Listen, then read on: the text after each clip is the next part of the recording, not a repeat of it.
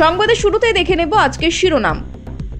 রাজ্যে ফিরিয়ে কেন ভাতায় অন্তর্বর্তী স্থগিতাদেশ দিলেন বিচারপতি সিংহ, কি বললেন পর্যবেক্ষণে? মণিপুরে আবার উত্তেজনা, গলিতে ঝাঁঝরা, কুকিগ্রাম প্রধানের স্ত্রী, অভিযুক্ত পুলিশ, সর্বাত্মক বন্ধ। বাংলায় একটি বোর্ডের অধীনেই হোক দশম দ্বাদশের পরীক্ষা, এমনটাই চাই কেন্দ্র। ভোটের প্রচারে এলে গাছে বেঁধে মার, বিরোধীদের হুমকি তৃণমূলের ব্লক নেতাদের।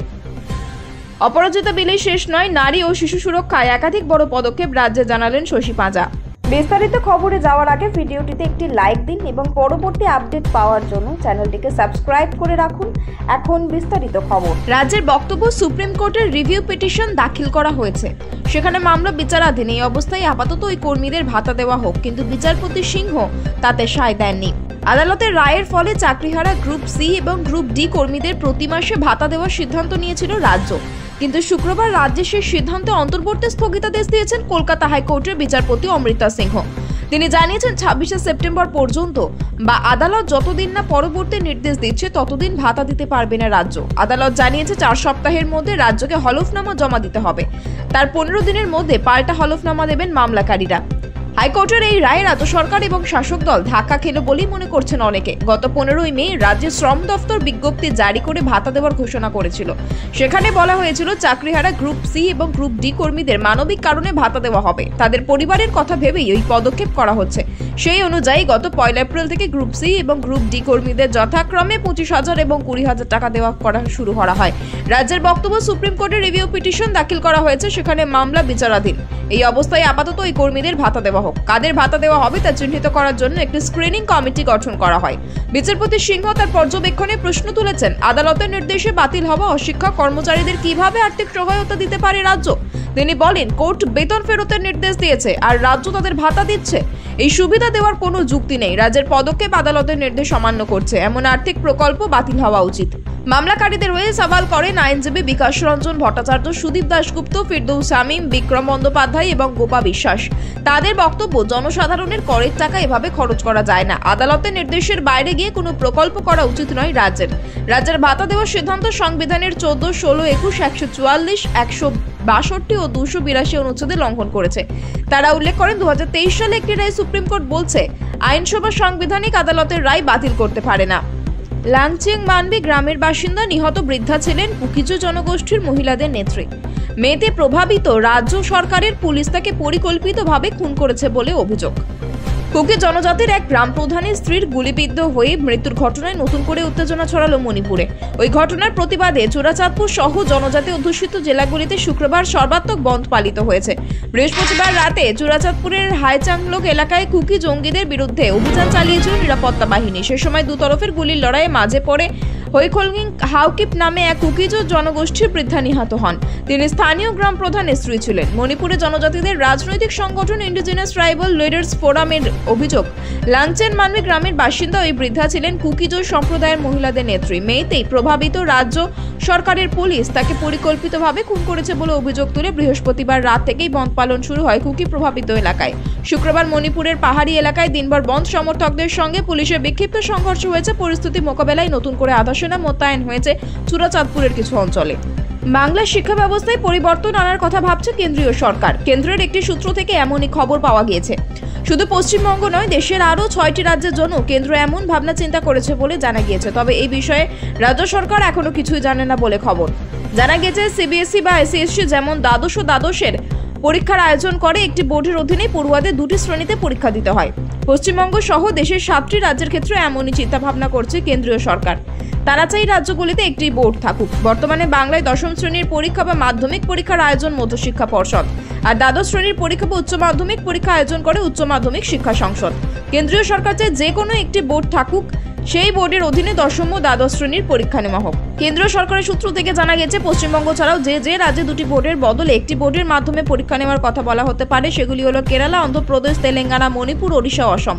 জানা গিয়েছে সম্প্রতি বোর্ডের পরীক্ষা নিয়ে একটি রিপোর্ট তৈরি করেছে কেন্দ্রীয় সরকার। সেই রিপোর্ট অনুযায়ী দেশে মোট 66টি স্কুল পরীক্ষা বোর্ড রয়েছে, যার মধ্যে 3টি জাতীয় স্তরের বোর্ড, 63টা রাজ্য স্তরের বোর্ড। 2024 সালে 10ম শ্রেণীর বোর্ড পরীক্ষায় অকৃতকার্যের সংখ্যা ছিল 22,17,000 ও দ্বাদশ শ্রেণীতে ছিল 20,16,000। এর মধ্যে সবচেয়ে খারাপ অবস্থা সংশ্লিষ্ট 7 রাজ্যের। সেই কারণে কেন্দ্রীয় সরকার চায় এই রাজ্যগুলিতে যে কোনো একটি বোর্ডের অধীনে আয়োজিত হোক 10ম ও দ্বাদশ শ্রেণীর পরীক্ষা। রাজ্যের শিক্ষামন্ত্রী ব্রাত্য বসু কেন্দ্রের দাবি মানতে নারাজ। ব্রাত্য বসু বলেন, বিষয়টা এখন আমাদের দফতরে আসেনি, তবে সংবাদ মাধ্যম থেকে যা শুনছি তাতে আমাদের রাজ্যের ক্ষেত্রে এই তথ্য খাটে না। কারণ কোভিড অতিমারির সময় ছাড়া বাংলায় গত 1.5 দশকে মাধ্যমিক ও উচ্চ মাধ্যমিক পরীক্ষায় পাশের হার কমেনি। তৃণমূলের মালদা জেলা সভাপতি আব্দুর রহিম বক্সির বিরুদ্ধে বারবার বিরোধীর হুমকি ও কটূক্তি করার অভিযোগ উঠেছে। কখনো বিরোধীদের হাত কেটে নেওয়া, কখনো বা ঝাঁটাপেটা করার নিদান দিয়ে বিতর্কের মুখে পড়েছেন তিনি। তার এহেন বিতর্কিত মন্তব্য যেন লুফে নিয়েছেন নিচুতলার নেতাকর্মীরাও। এবার হরিশ্চন্দ্রপুরের ব্লকের তৃণমূলের সভাপতি 26 ভোটের প্রচারে এলে বিরোধীদের কাছে বেঁধে পেটানোর হুমকি দিয়ে থাকেন। তার মন্তব্যকে সমর্থন করেছেন অন্য নেতারাও, যদিও এই হুমকি ফুৎকারে উড়িয়ে দিচ্ছে বিরোধী শিবিরগুলি। হরিশ্চন্দ্রপুর 1 নম্বর ব্লকের তৃণমূলের সভাপতি জিয়াউর রহমান এবং যুব তৃণমূলের আহ্বায়ক পূজন দাসের উদ্যোগে বৃহস্পতিবার রাতে একটি যোগদান কর্মসূচি পালিত হয়। তৃণমূল নেতৃত্বের দাবি, ওই যোগদান শিবিরে সিপিআইএম বিজেপি থেকে প্রায় 150 কর্মী ঘাসফুল শিবিরে যোগ দিয়েছেন। সেখানেই বিরোধীদের উদ্দেশ্যে হুঙ্কার ছাড়েন জিয়াউর।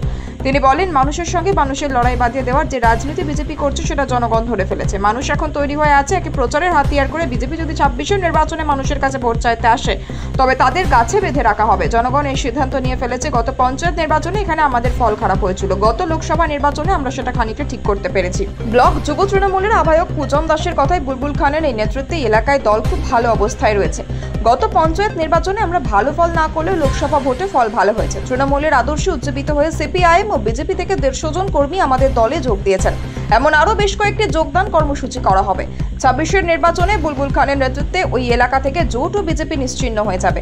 মানুষ বুঝে গিয়েছে বিজেপির সাম্প্রদায়িক প্রচার করছে, দুই ধর্মের মানুষের মধ্যে গোলমাল পাকানোর চেষ্টা চালাচ্ছে। সাধারণ মানুষ বিজেপিকে গাছে বেঁধে বেদম পেটাবে। সিপিআইএম এর এরিয়া কমিটির সদস্য প্রণব দাসের বক্তব্য, আমাদের দল থেকে কে বা কারা ওদের নাম লেখালো জানি না, কেউ যোগদান করে থাকলেও সেটা খুব গুরুত্বপূর্ণ নয়।